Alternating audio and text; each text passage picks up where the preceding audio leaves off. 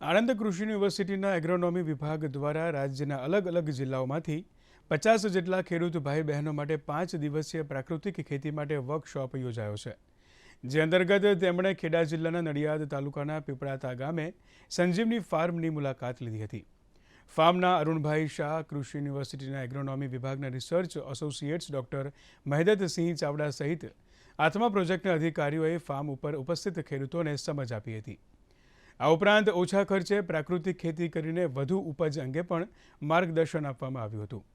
પીપળાદા જિલ્લાના સંજીવની ફાર્મમાં તેમને વિઝિટ માટે લાવેલા છે, જ્યાં તેમને જીવામૃત, બીજામૃત, આચ્છાદન, ઘન જીવામૃત કઈ રીતે તેનો યુઝ થાય છે, કઈ રીતે ફાર્મર તેમની ફિલ્ડ ઉપર એ વસ્તુને એપ્લાય કરે છે અને હાલના તબક્કામાં સજીવ ખેતી એઝ વેલ એઝ પ્રાકૃતિક ખેતી કઈ રીતે એમના માટે મહત્વની છે, તેના માટે એમને ફિલ્ડમાં અલગ અલગ વિઝિટ બી કરવામાં આવે છે.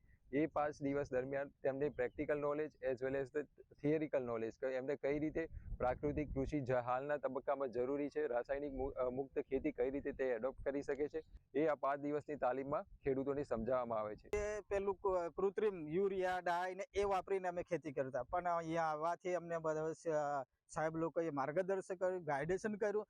એના થકી અમારો આખો બદલાઈ ગયેલો છે કે ખરેખર આ વસ્તુ શું છે ને આ વસ્તુ શું છે એ અમે જાણી ગયા છે. બાકી અમે હવે ખબર પડી કે આ નુકસાનકારક છે, આપણા શરીર માટે છે, પેઢીના માટે નુકસાનકારક છે. એ બંધ કરવા માટે અમે આજે આ લઈને અમે જઈશું. એટલે હવે પછી અમે એ બંધ કરીને આપણો પ્રાકૃતિક ખેતી તરફ વળવાના છે.